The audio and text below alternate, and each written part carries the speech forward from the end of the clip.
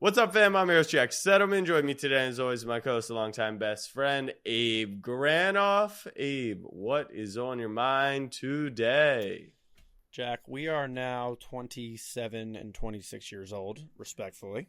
And I've learned that we are now entering a very, very dangerous, difficult part of our lives. And that era that we are entering is the bachelor party era. I just got back from a bachelor party. I was in Denver, Colorado this weekend. This is my second bachelor party I've been on in the last year. I went to Nashville as well. It is hard to get through these weekends and to remain a human being on the other end. I went on a golf trip to Denver, Jack. I played 36 holes of golf in one day. 2 rounds, back to back. Do you know how hard that is? I feel like I should get a Nobel Peace Prize. At first, I was like, why I'm not going to enjoy it. I suck at golf. Why am I doing this to myself? Did you enjoy it? So it was like 55 degrees and raining and cold when we started at 8 a.m. on the first round. And we play the front 9. I'm miserable driving. I'm so cold. I'm playing decent, by the way, relatively. And then the second back 9, or the back 9 on the first round, I'm like, I don't really know if I'm going to be able to do this. I'm playing like shit.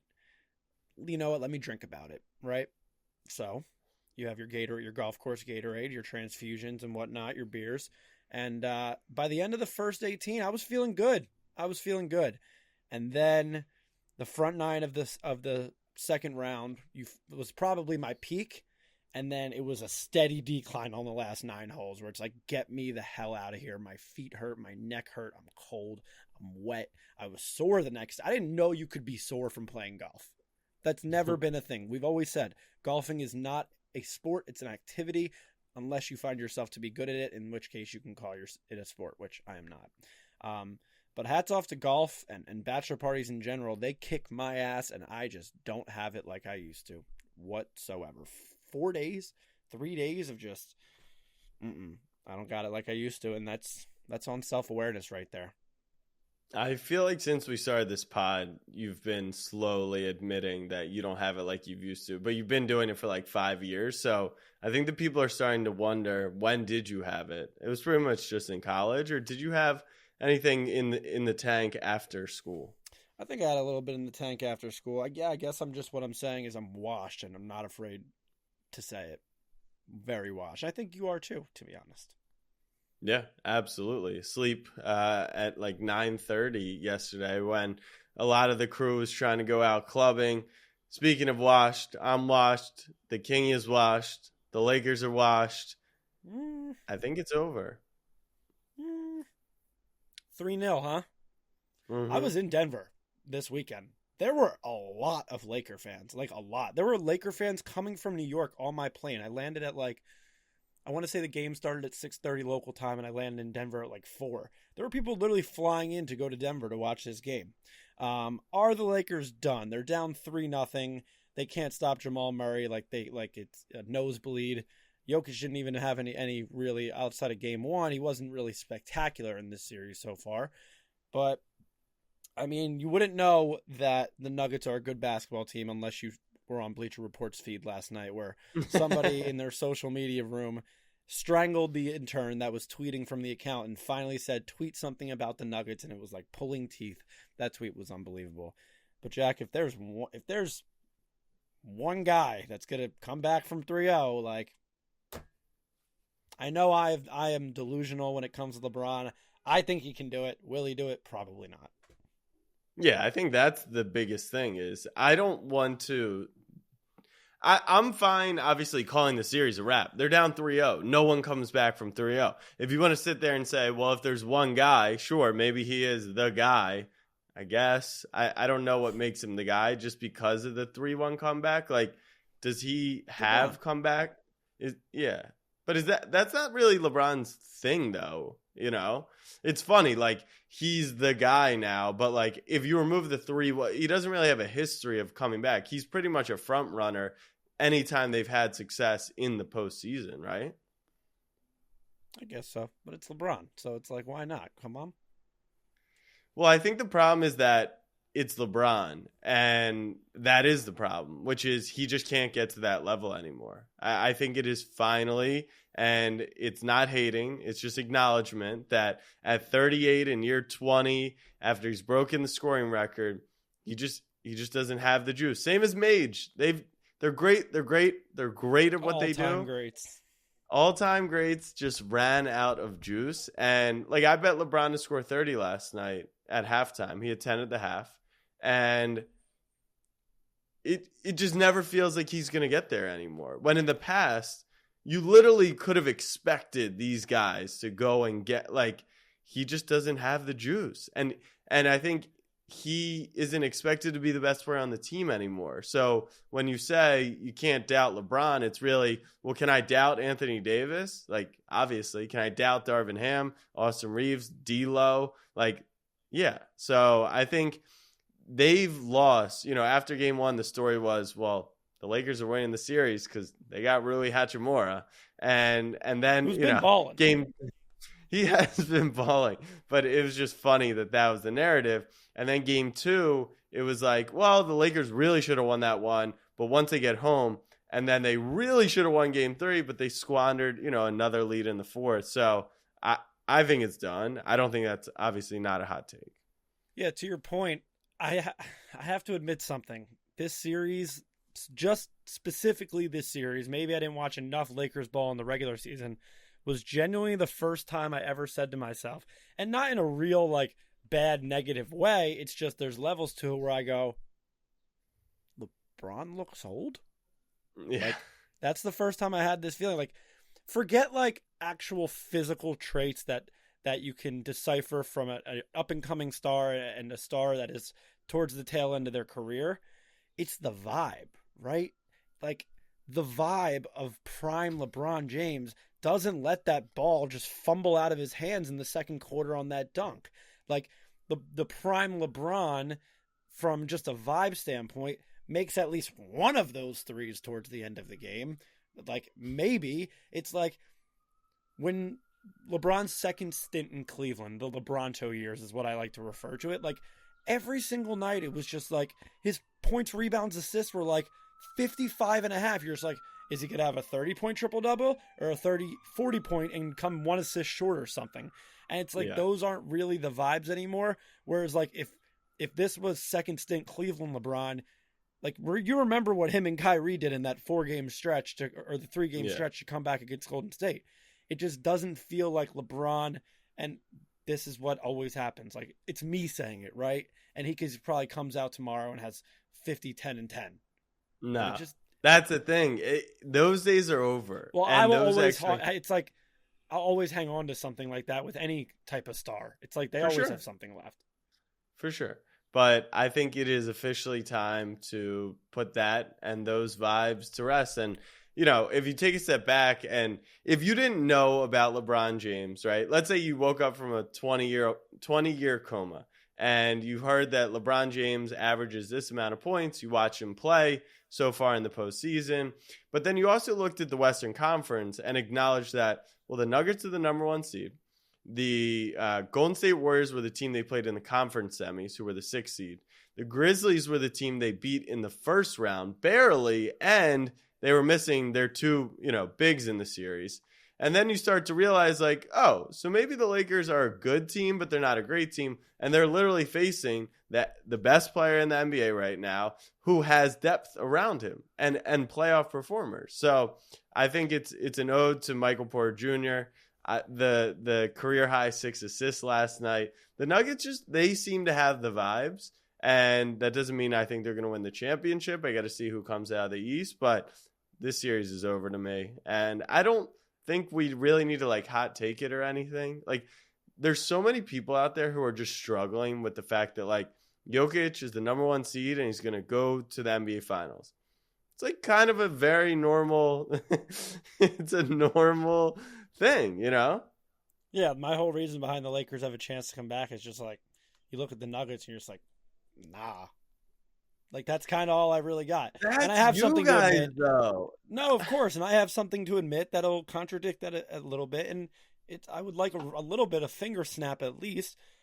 Nikola Jokic is good at basketball. All right, like I'll admit that. It's like Bleacher Report last night had to admit that the Nuggets are good, and I'll admit that Nikola Jokic is a good basketball player. I'm a man. I can admit when I'm wrong. I don't even think I ever said he was bad. I mean, good. You've pretty good. You've said some things. Jamal Murray's carrying them this series, though. Don't get it twisted. Of course. Yeah. And by transitive, since I beat Jamal in a shooting competition, just do the math, everyone. I'll tell you one thing, though.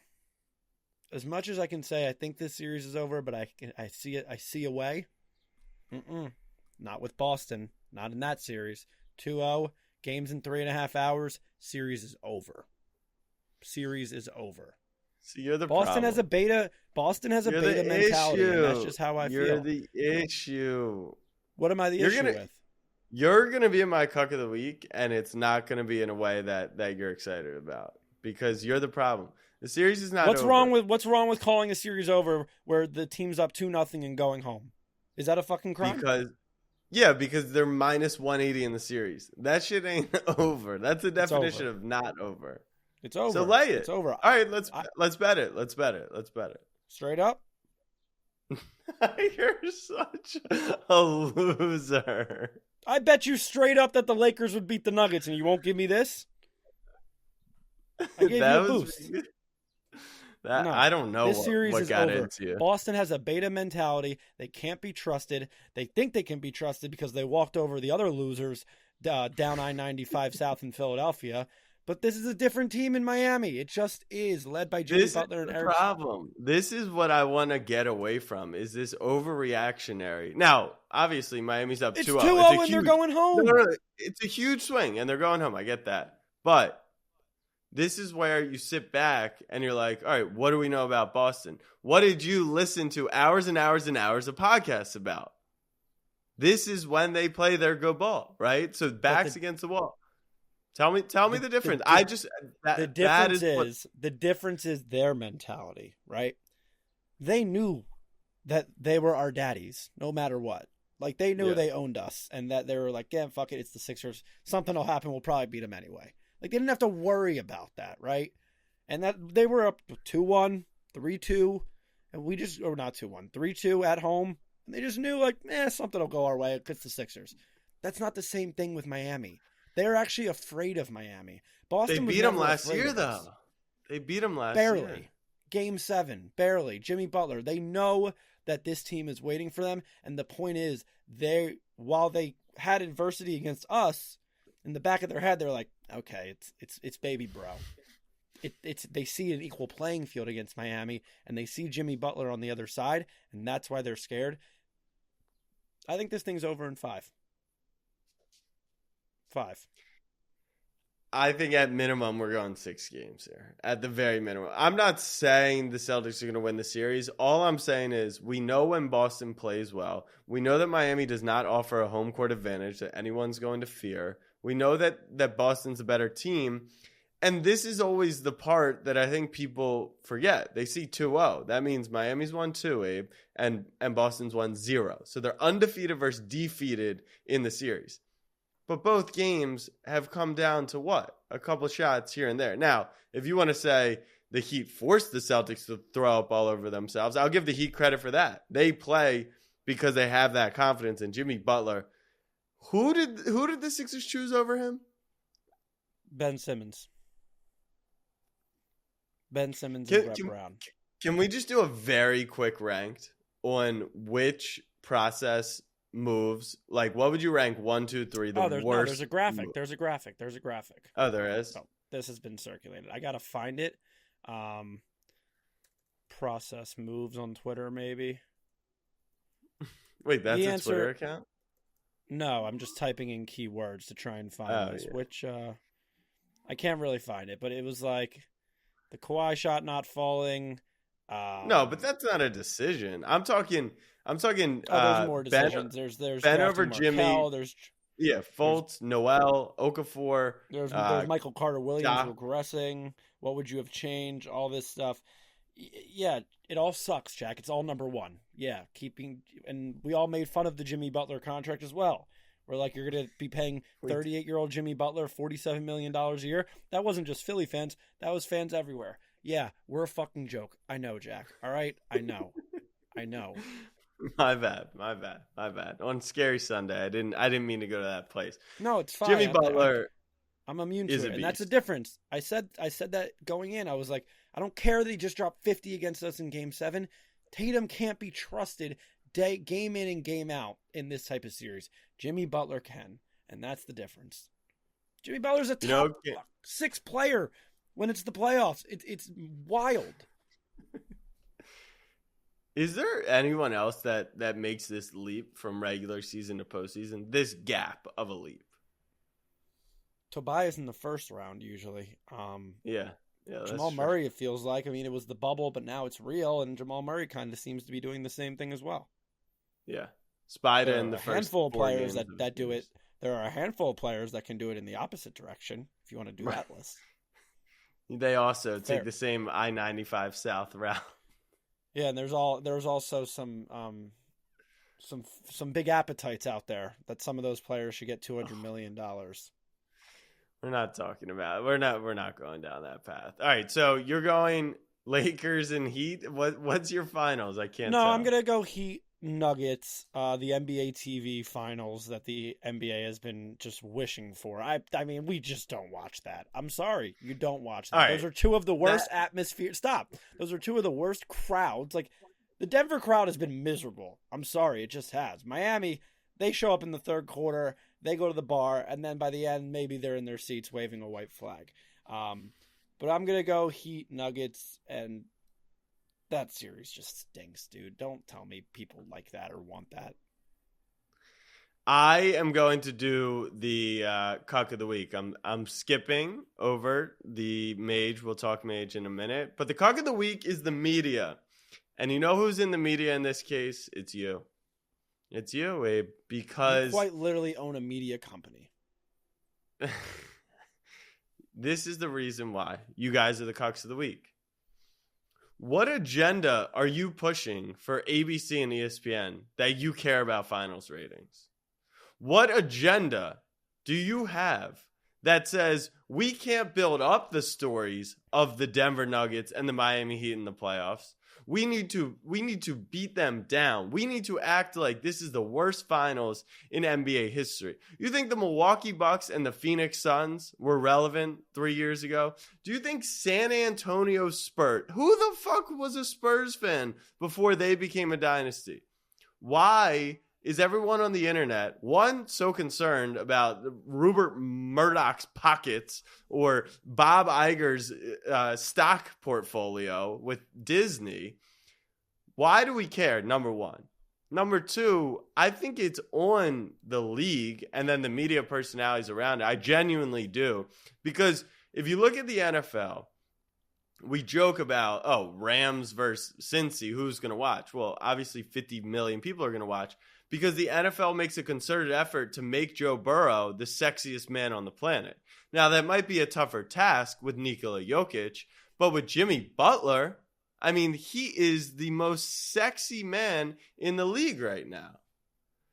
I just think that you guys what? You don't think he is? Continue. I just think that you guys are so obsessed with almost carrying the narrative for these big media companies. And instead, we need to be like, holy shit, what a run. Like, Jimmy Butler has just solidified himself as a top 5 player in the NBA. Like, I think given the bubble run and given this year, that's how we should evaluate. And then Nikola Jokic, the rightful MVP. But it's not cool because he didn't, like... The fact that he didn't win the MVP because the narrative around him was that he couldn't get it done in the playoffs, that has to be one of the funniest fucking things of all time. That's not why he didn't win it. That is why he did not win it. We're not doing it. We're not doing it. That is why. We're not doing it. We're not doing it. Are you done? No, the last thing is, on that point, but now he's gotten there. And so if you acknowledge what Jokic does with a healthy Nuggets team, it's Western Conference Finals, and then his guys are hurt, and then he's fully healthy, and now he's the 1 seed, and now he's in the NBA Finals. And who doesn't want... Jokic is unbelievable to watch. He's the best passing big in the history of the league. So I think it's on us to promote this, whoever it may be. If it's not Boston, Miami, and Denver, we don't need Bron. Yes, the ratings people, there's no doubt that Bron versus the Celtics, Lakers Celtics, that would have been the dream for them. I don't give a fuck about them. I want to enjoy the NBA Finals, and some fresh blood is some good thing for the league. Do you want tissues? I'm Jack, not crying. The I'm beauty just of it calling all you a is, Jack, cup. I'm calling beauty of it you're all is carrying that- water. You're carrying water. The beauty of it all is that you have your own media company and can post as much as you want about Nikola Jokic. But I Jimmy need Butler. you to watch You the game. never have I to want post you about, watching. Jack, you never need to post about the world is in your hands. You control the media as a media member. You've got it twisted. I don't care about the ratings. I don't care about Nielsen. I don't care about Bob Iger. I care about vibes. It's the fucking Nuggets and Nikola Jokic. Come on, dude. Like That's what I mean. You say that as if he's not one of the most entertaining players in basketball. Yeah, he's great, but he's not entertaining, right? He's not cool to look at. He's not going to give you cool quotes in the post. Jimmy Butler, sure, there's an angle to be made on that. But, like, the coolest thing about the Nuggets team is the video that came out about Jamal Murray 2 years ago. That's the coolest thing this team has to offer. The crowd sucks. Jokic is ugly. It's like... Listen, I know what you're saying. I do need to clarify. You just said the coolest thing about the Nuggets is the Jamal Murray video that came out 2 years ago.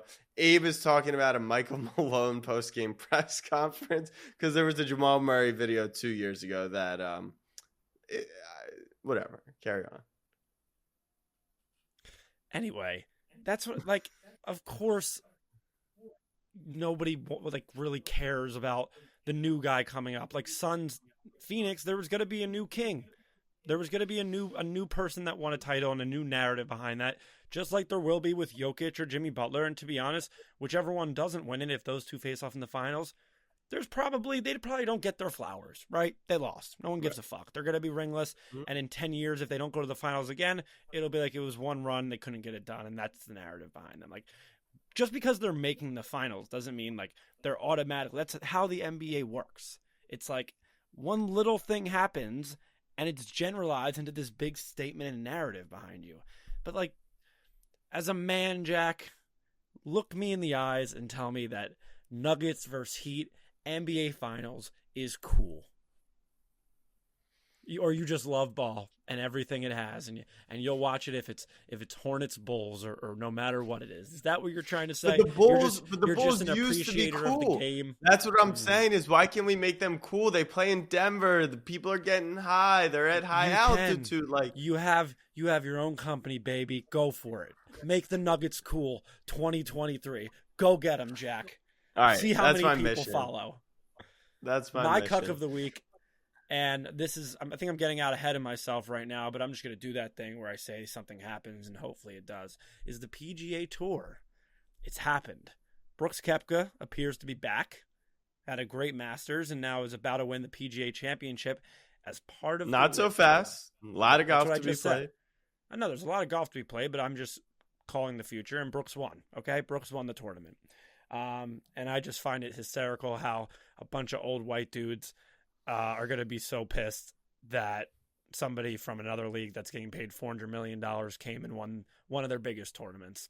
I like the drama behind the LIV and the PGA, not from the players, because I actually don't think they give a shit. I think they're all kind of friends and like doesn't really matter. Maybe like Rory kind of does because he was the hardo on the front lines of the PGA Tour has tradition. Like, I want to be remembered as a tour guy. So maybe he's a hardo in that regard. But for the most part, these guys are friends. It's the people that are just writing checks and can try and control everything that is probably this is eating at them. And that's just the hating that I like to do that I think is pretty funny. So I think it's funny that a LIV guy is about to win a major.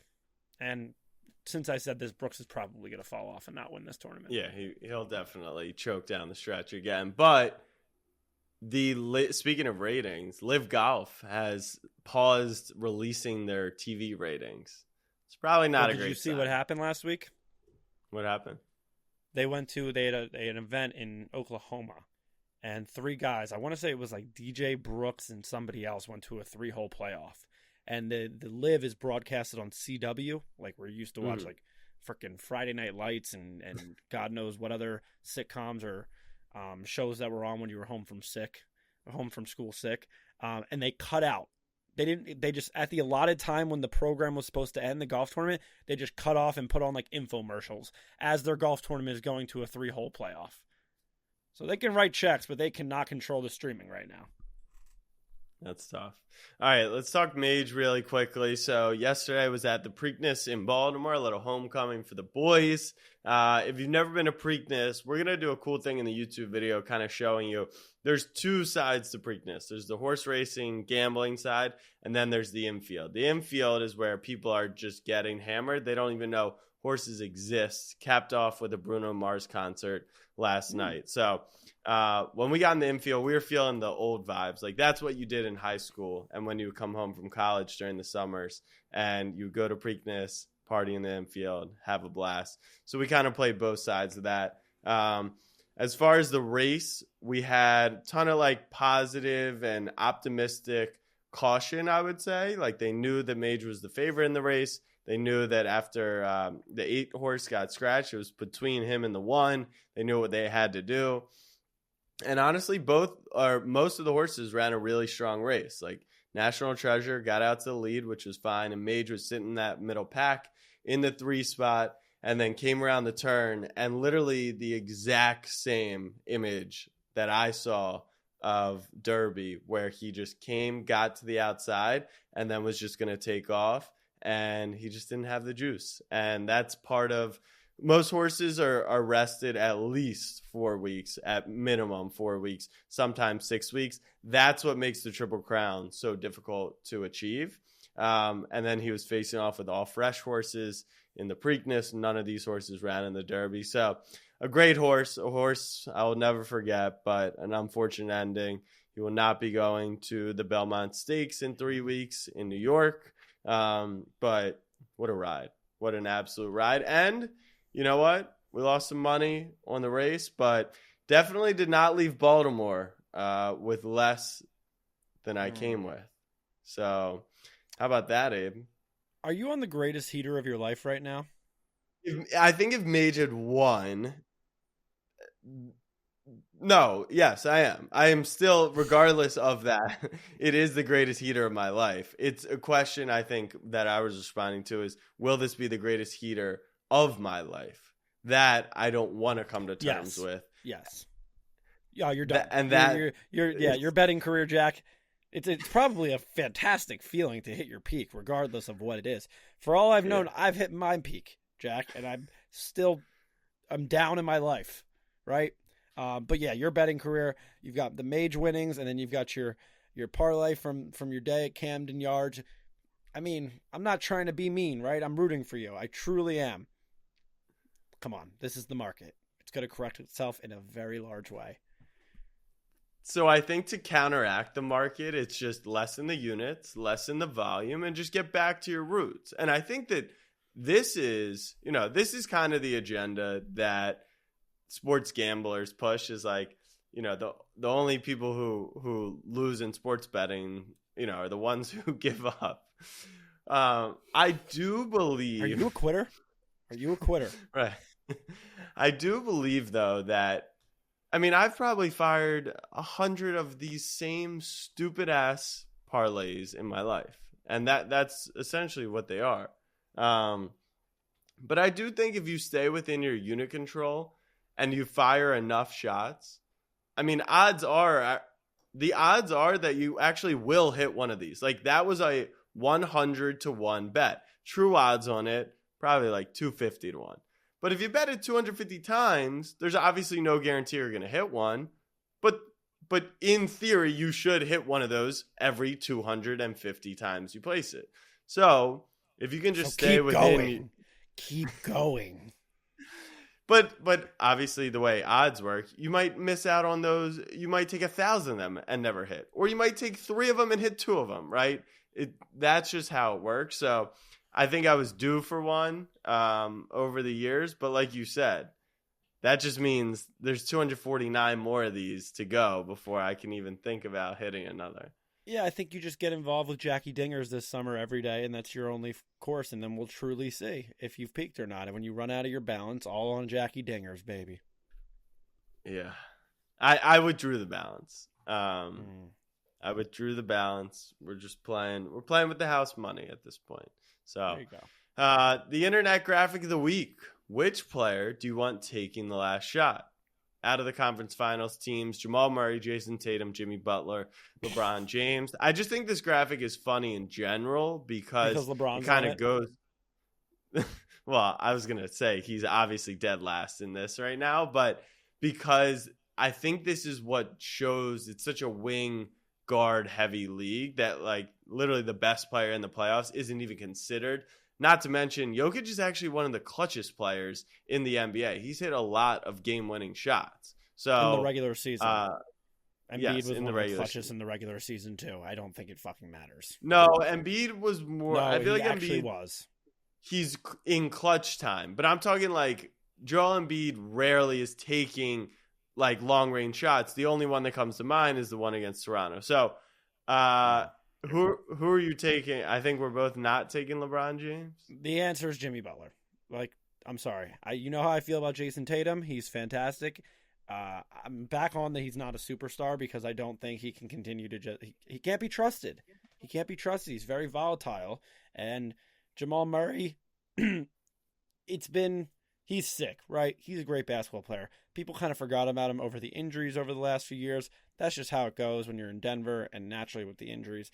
And Jimmy Butler is just, he does it every time. Like Jimmy Butler, this is him in the playoffs. And like now you just expect it. The answer is Jimmy Butler at this point. I'm going to go differently. I'm going to take the same concept, which is at this moment, who would I want? And I'm going to go with Jamal Murray because LeBron James, obviously not. Jason Tatum, I'm kind of in agreement with you. I trust him to be able to take all the shots, and I don't think he fears the moment by any stretch, but like he does come up short time and time again in the clutch in the fourth quarter. Now, could he make the shot and would I be shocked? Absolutely not. And then I think between Jamal and Jimmy, the biggest thing for me is I still do not trust Jimmy to take the three-pointer.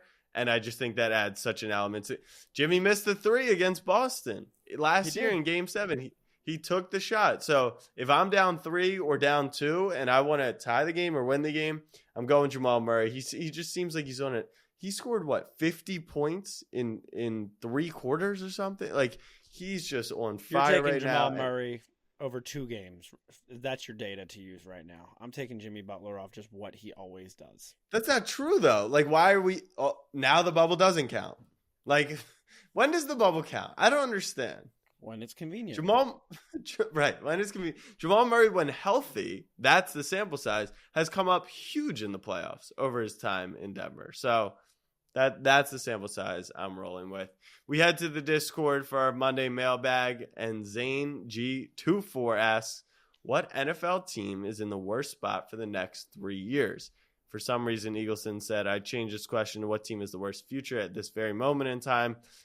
Pretty much the exact same thing. Let's just acknowledge that 1 year in Canadian college is not a long time. I think he was trying to reword the question to make it so that, like, if one of us said the Fins, he would have an argument back based off the specific wording in the question. He just got scared that one of us would say the Fins, but I'm not going to go the direction of the Fins. When I think about this question, who's in the worst, what did he phrase it as? Direction, future, whatever he wanted to call it. I think of a few different things. I think of, do I consider your franchise a real franchise? Because if that's a vibe thing, right? Like, sorry, Eagleson, but like, I don't consider the Dolphins a real franchise. So that's where you fall into. Do you have talent? If you don't, you're on to the next round. The Fins have talent. So there we go. Eagleson, you're off the chopping block. Do you have a quarterback and do you have direction? And is your front office competent? I didn't really go through all the teams, but one that stuck out like a thumbnail or whatever this saying is, just looking off that criteria, is the New Orleans Saints. They've yet to just start all over, go with their new guy, their new quarterback. They're trying these old quarterbacks. They're trading draft picks rather than acquiring draft picks. And it just seems like they're holding on to this idea that they could have a really good defense and just plug in a random quarterback there and hopefully it works or something. And look at the teams around them. You have Carolina in their division getting younger, starting over, getting Bryce Young. You have Atlanta doing the same thing. Atlanta's a whole different story, but and then you have Tampa, which is starting over as well. It kind of feels like since Tom. So I feel like the New Orleans Saints, I've said this before, are one of the least self-aware teams in the NFL, and that's a recipe for disaster for your future. Okay, I like that. I use similar criteria. The thing that I think factored in most was the mediocrity. The worst spot to me is a team that's not going for it. So I'd rather be at restart with draft picks, with salary cap, with a quarterback that I think is, going to take the next step. And I think this team embodies none of it. And all they've embodied is they're kind of like the Heat. But they don't have the Jimmy Butler. And they don't have what I consider the Eric Spoelstra. And that's the Pittsburgh Steelers. They bank off a lot of what they've done historically. They bank a lot off of being this tough-nosed, hard, overperforming team. That's great. They haven't had a losing record under Mike Tomlin. But here's some other statistics that I find very interesting when you talk about the Steelers. They've missed the playoffs in 2018, 2019, 2022, in 3 of the last 6 seasons. They have not won a playoff game since 2016. They lost after starting 10-0. They lost to the Browns in the postseason. So where do they sit? They sit with this idea that Mike Tomlin's a really good coach, yet he's literally one of the worst road coaches in the NFL. They sit with this idea that they have this amazing defense, when in reality, it's middle of the pack and is pretty much reliant on TJ Watt. And then they're sitting in this very awkward spot where they're kind of now all in on Kenny Pickett, but they're also extending Mitch Trubisky, and no one even knows if Kenny Pickett's good. All while factoring in that the AFC North quarterbacks are locked up, Burrow to be soon, Lamar Jackson, Deshaun Watson.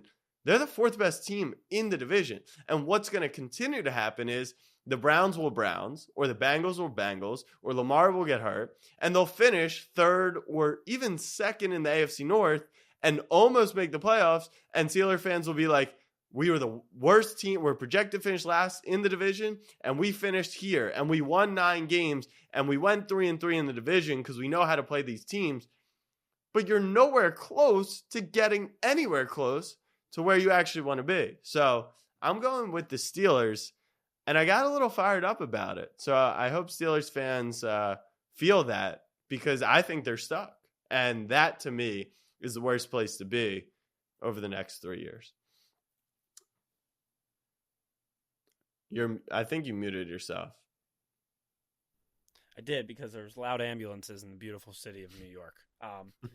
What I was saying was that felt a little personal, a little bit, but at the same time, you did come with good supporting arguments, so I'm not going to say that it's biased.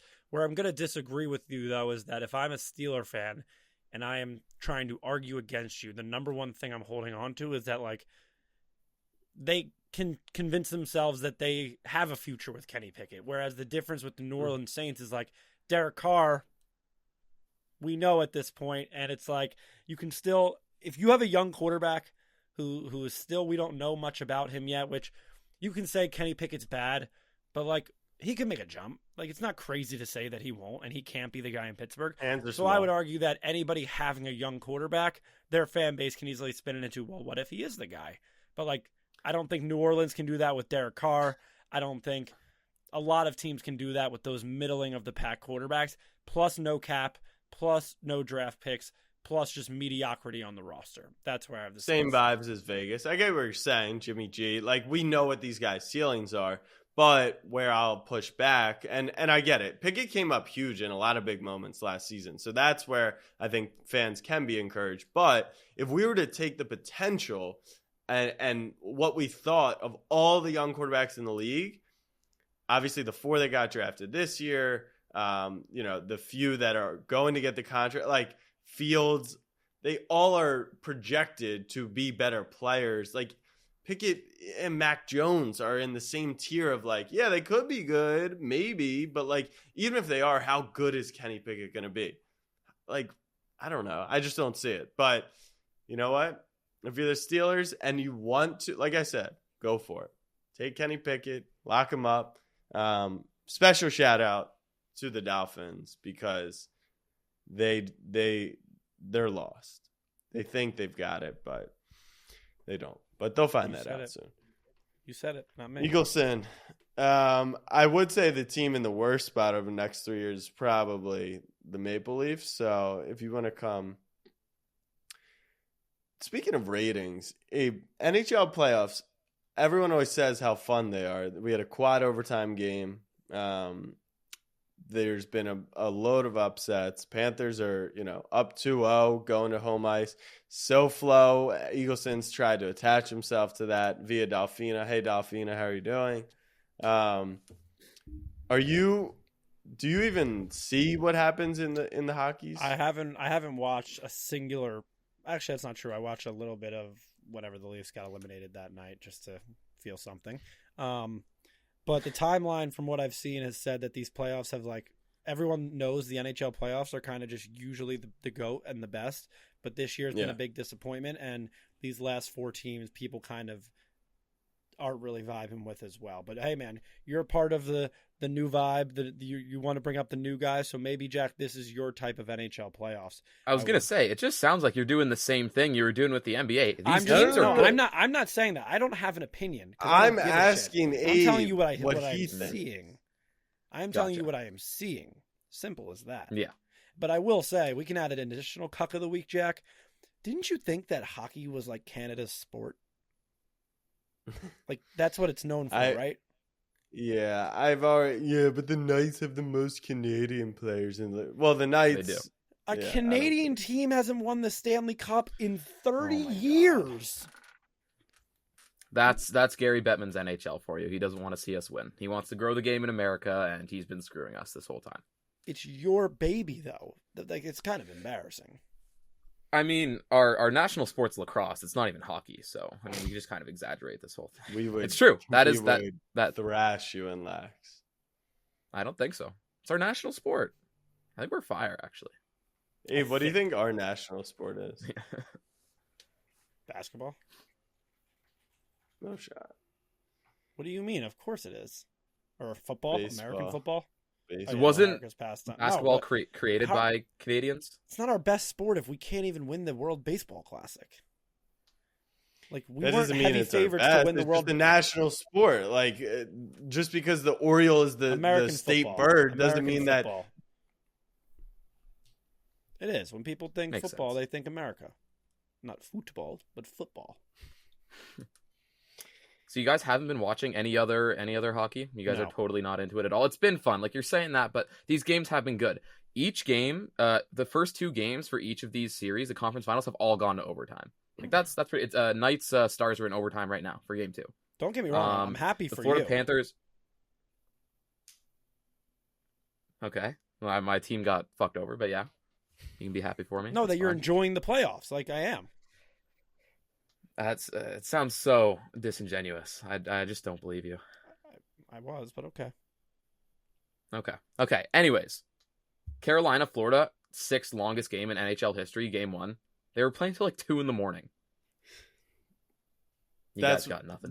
Here. That's why I wasn't watching. To be completely honest, here's the thing.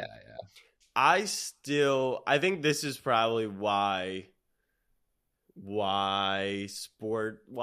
the regional networks are in trouble. It's why content in general is in trouble. It's why, honestly, all media is in trouble, is because no one wants to sit down and just watch a game because they don't know if it's going to be a good game or not. But the narrative is what drives the viewership and why people want to sit down and watch it, right? Game 7 is a narrative within itself. All the stakes are coming to an end right there. But there's no, I would turn on Stars and Knights overtime. But I'm not going to turn on the first period because I don't know if it's going to be a good game or not. And I just feel like people are not willing to sit and see how a 3-hour game plays out anymore. That's just kind of how I feel. The NFL is the only one. It's because every game has those stakes. The NBA playoffs, you have to win 16 games to win a championship. The NFL season is 16 games. So every game is effectively a playoff game. So yeah, that's just kind of I do agree with you there, actually. And especially with hockey, like there's so much less storylines because some people think it's a good thing, it's a bad thing, but the guys show no personality. They give hardly any extra to draw people in for storylines like that. Obviously, it's way bigger in the NBA, and I guess that explains why their ratings are better. Yeah, because you are right about that. What a beautiful TED Talk Jack just gave on the future of content and then the viewing experience as a sports fan and how he views. Like, do you ever like? No, I hear you. I'm not disagreeing with you. Yeah. Like when you say you're excited for Wembayama, do you ever like actually think you'll sit down and watch him play 32 minutes, or you'll just watch highlights or tweets about it? Spurs are in town in Philadelphia. Yeah, for sure. That's it, though. That really, I agree. Watching sports is pretty much watching the timeline. That's what it is nowadays. Yeah. Although there's some sickos who actually watch the sports. Like my brother watches like 9 innings of the Orioles. I do that with the Phillies. Do you right now though? Yeah. No, I don't go out of my way to do it a lot, but yeah, I've watched 9 innings on several occasions this season. Yeah. The game was Jack, do you think it's going to keep trending that way? Like obviously it wasn't like that before social media and Twitter and everything, right. But do you see it like continuing to go that way? Cuz I'm not sure, like obviously it won't kill sports, like that's ridiculous, but I would are we all just going to be sports? We're all just going to be watching on Twitter in 15 years like I mean, the problem is our parents didn't have the choices that we do, and the quality of content is just at such a higher level. Like there were only 4 channels back in the day. So, you watch one of the 4, and then there were 100 channels, but there were only 2 games on out of the 100. Now I can literally watch every single baseball game. I can watch, if the game's boring, I can flip on Netflix, Hulu, HBO, cable, or I can consume on TikTok, Instagram, and Twitter the bite sizes of it, which I know, like it's just like this podcast, right? The podcast might be good for an hour, but if it's not a good episode, or I see something on social media, it's like, well, I know that's probably one of the best moments from the podcast. So am I going to listen or watch for an hour to get one of the moments? Yeah. It's just... Beautifully said, but a little contradictory to your little long-form content movement of 2023. Well, long-form content this is my point, is if you can get people to watch for a long amount of time, you got power. Hence, the NFL has a lot of power. Hence why someone paid $110 million for 3 hours of content. I actually think it's a bargain.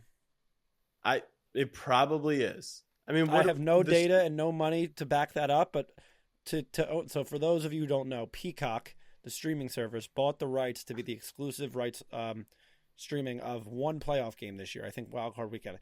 They could fucking get Cardinals Fins or whatever, a shit game. They definitely can't. They can't get Cardinals Fins. Yeah, I know. That would be a Super Bowl. But they're paying $110 million, and we won't be playing Wild Card Weekend. I'm sure there's a draft for the games, and I have no reason to believe otherwise, but I don't know, $110 million for how much money the NFL makes, especially in the playoffs, seems like a good deal. I mean, simple math. Super Bowl commercials are $6 million for 30 seconds. They probably run what? Like, is there 100 commercials on Super Bowl a day? Probably. Right? So seems like a lot. They make $500 million. And obviously, Peacock's play is to get as many people to sign up for Peacock. Like, it probably is worth taking the chance on it. And I would imagine the MLS streaming rights on Apple probably cost $110 million for the year. Like, that is the value of getting people to the watch. MLS signed a very big deal with Apple. Like, I know. I forget what the number was. It's probably $100 million a year. Let me look. It is 10-year, $2.5 billion. So $250 million for the entire season. And this is half of that in one. Literally, Dolphins, Raiders. That's what people are going to sign up. Dolphins, Raiders. No, but they'll build a narrative and they'll build up Tua to be the comeback player of the year, and they'll build up Jimmy G as the hottest man outside of Jimmy Butler, and people will pay and they'll watch. So yeah, I mean, we're getting the 1 seed, so we won't be there. But yeah, I got you. Do you guys not think that? Do you want to bet on that? What? Well, we'll wait for not money. Let's make it interesting. The bets come the bets come in August, boys. We've got a lot to talk about till then. Okay. All right. Do you guys not think that that's like bullshit though? That they can just have this one exclusive game on Peacock of all places? Like, are people not just gonna pirate it? Like, are you guys actually? Do you guys have Peacock? I don't even think we have Peacock in Canada. I do have Peacock. Everyone's coming over to mine. I'm charging them $5. Party. $5 a quarter. If you want to watch the second half, it's $10 more. And we're building up Tua building up Tua in that apartment to charge extra for the tickets, by the way. Exactly. Yeah. Is it bullshit? No, because the true American sport, national sport, is capitalism, and oh baby, that is nice. That is capitalism in its finest form. All right. Well, thank you guys for coming to our TED Talk on content and how to solve the NHL and how the media can do a better job perpetrating, the Nuggets and the city of Denver. Yeah. First off, thank you. The most thank you to Bleacher Report for acknowledging that the Nuggets are a good basketball team. Hats off to Bleacher Report. It only took them 3-0 in the conference finals to begrudgingly get that out, but they did it. And like Abe said, he's a man. That is. Bleacher Report was tracking. Bleacher Report was tracking when Braun will make his next 3, like CNN tracks a manhunt. It was like, oh no, his foot was on the line for this one. It was actually a 2. I mean, to be fair, it's a little tougher to track a Braun 3 down than it is a man on the loose these days. Right now, I fell asleep last night in the third quarter, and Casey did too. But one of his friends had come over, and they literally woke us up to be like, "Yo, Braun just made back-to-back threes." Like, that's how rare of a situation it has become. I think that's more indicative of how crazy Braun sexuals really are. That too. All right, big week on the horizon. Not really, but Memorial Day coming up, and I hope everyone has a great week. So, much love. Peace.